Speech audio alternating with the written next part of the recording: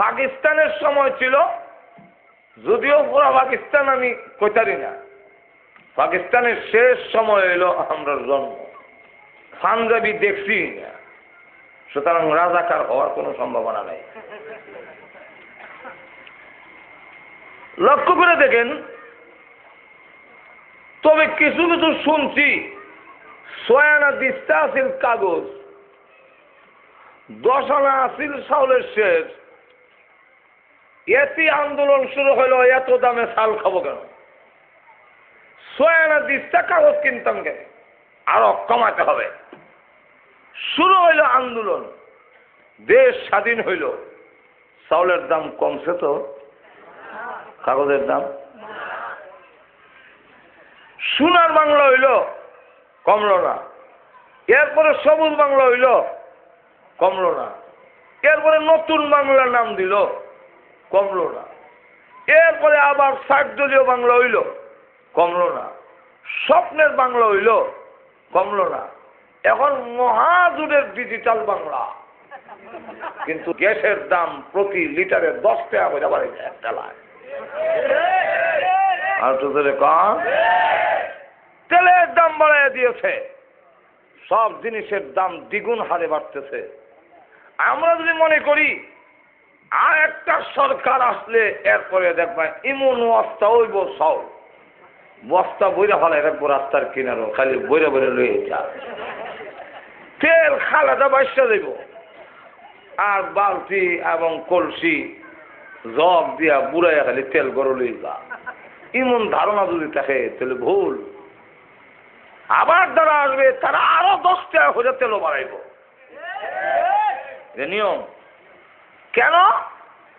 তোমরা যখন আল্লাহর বিধান মানবে না, আল্লাহর হুকুম মানবে না, তখন তোমাদের দাম কমবে, জিনিসের দাম বাড়বে। নদীর পানি আনতে গেলে চুক্তি দিয়েও আনতে হবে না, তোমাদের জীবন যাবে, এরপরে পানি আসব। ব্রিজ খাড়া করতে গেলে মানুষের কেল্লা দেওয়ান লাগবো, নাহলে ব্রিজ খাড়িত না। তোমার জীবন দাও, তোমার যখন দাম কমাই নিতে তুমি দাও। তখন ওই মহিলাকে প্রতি বছর একটা সুন্দরী মহিলা জবাই করতে হয়। তো দেখা গেল আমর ইবনুল আস রাদিয়াল্লাহু আনহু বলেন, না তা তো হতে পারে না। আচ্ছা, নদী কি নদীর লেগে আমরা বানাইছে না আমরার লেগে নদী বানাইছে আল্লাহ? যেই নদী বানাইছিল এই নদীর যদি পানি আনতে গেলে আমরা জীবন দেওয়ার লাগে, তা আমরা খেদমত হইল কো? এখন ঠিক না, এটা তো হইতে পারে না, না দেওয়া যায় না। লোকেরা বলে দেওয়া যায় না, করলে তো হইতো না। আমরা তো বাগানো পানি দিতাম, খেত হাল চাষ করতাম, পানি এনে দেন, আনলে আমরা বলি দিতেইব, বলি দিয়ে হইলো পানি আনতেইব। উনি বলেন, তাহলে আমি উমরকে জিজ্ঞাসা করলো, একটু সময় তোমরা অপেক্ষা করো। হযরত ওমর রাদিয়াল্লাহু আনহু বরাবর চিঠি লিখলেন, নদী পানি দেয় না, মানুষ বলি দেয় দেশ। এখন আমি তাদেরকে বললাম যে মানুষ বলি দিয়া পানি আননের কোনো সিস্টেম নিয়ম নাই, হেরা পানি এনে দেন। তখন কি করতাম? হযরত ওমর রাদিয়াল্লাহু আনহু জবাবে একটা চিঠি লিখলেন নীল নদীর কাছে। চিঠির মধ্যে লিখলেন, বিসমিল্লাহির রহমানির রহিম, মিন জানিবি উমর ইবনুল খাত্তাব ইলা বাহরিন নীল। খাত্তাবের ছেলে উমরের পক্ষ থেকে এই চিঠি নীল নদীর কাছে। হে নদী, আমার চিঠি পাইতে দেরি হবে, পানি দিতে দেরি করতে পারবে না।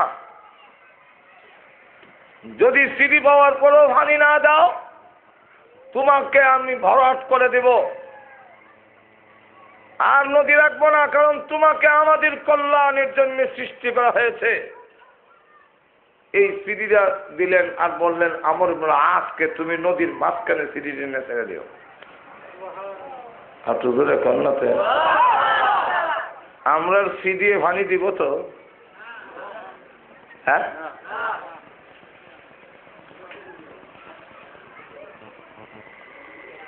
কাবেররা শূন্য কর উমর বেইজ্জত হওয়ার টাইম গনে এসে মানুষজনের লাঠি সুটি দেখাইলে বয়ে অনেকটা মেনে নেয়। নদী কি তার কথা এইভাবে ডরে মানবো? মুসলমানরা হ্যাঁ পানি দিতে বাধ্য, পানি দিবে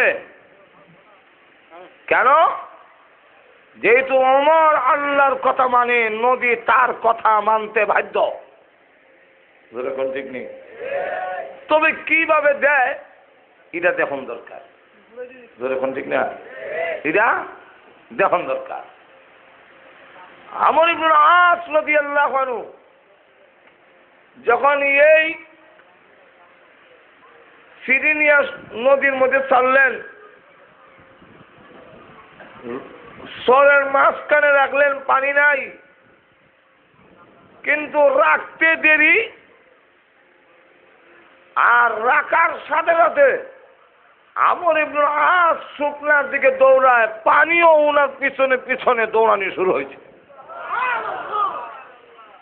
এই যে সমুদ্র বলল, নদী বলল, আজও বলল, কাজও বলল, আর কমে না, বাড়েও না, কমেও না। সেই ওমর রাদিয়াল্লাহু আনহু পৃথিবী থেকে বিদায় হয়ে যাবে। আম্মা জান আয়েশা সিদ্দিকা রাদিয়াল্লাহু আনহার কাছে এই সংবাদ পৌঁছেছেন।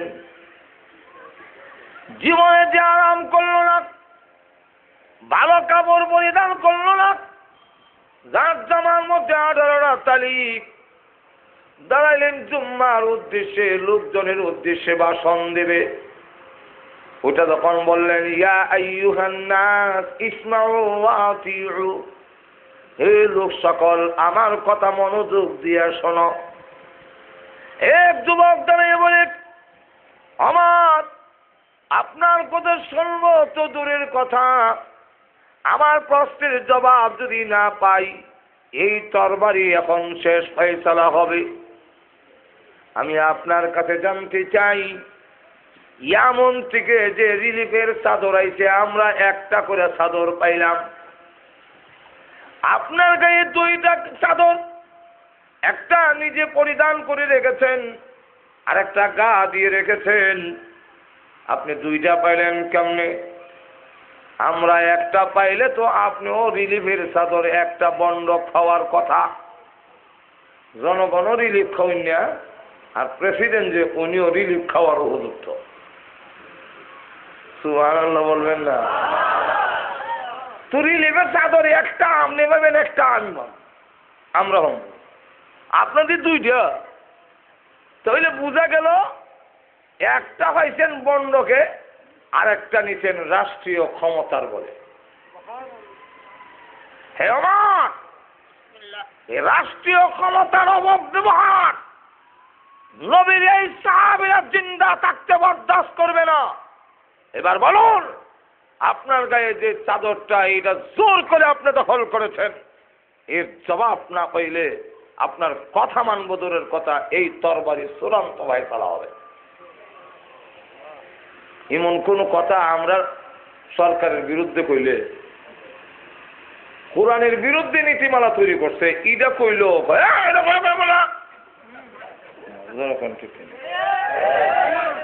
আমরা আলিম উলামা বলতেছে যে এটা কোরআন সুন্নাহর সাথে সাংঘর্ষিক। হ্যাঁ রাখো না, সংঘর্ষ না। অথচ আমাদের দেশের মন্ত্রী এমপিরা যারা আছে, কোরআন হাদিস সম্পর্কে তাদের কতটুকু জ্ঞান? এক মন্ত্রী ঈদের নামাজে গেছে 5 মিনিট আগে, 8টায় নামাজ, 5 মিনিট আগে গিয়ে বলে আপনার নামাজ তো 8টায়, হ্যাঁ, তার 5 মিনিট বাকি আছে, মুয়াজ্জিন করুন, আযান দিল না যে, ঘুমাই গেছেন নাকি আপনি? ঈদের নামাজ আযান আছে তো। যে দেশের মন্ত্রীরা ঈদের নামাজের আযান আছে কি নাই এটাই জানে না, সুতরাং সেই মন্ত্রীরা যদি বলে নারী নীতিমালা কোরআনের সাথে সাংঘর্ষিক না, এটা গ্রহণযোগ্য না। যেরকম ঠিক কিনা? হ্যাঁ, যদি আমরা বলতাম যে আপনারা যে এই সমস্ত কাজ শুরু করেছেন, ট্রানজিট দেওয়া শুরু করে দিয়েছেন,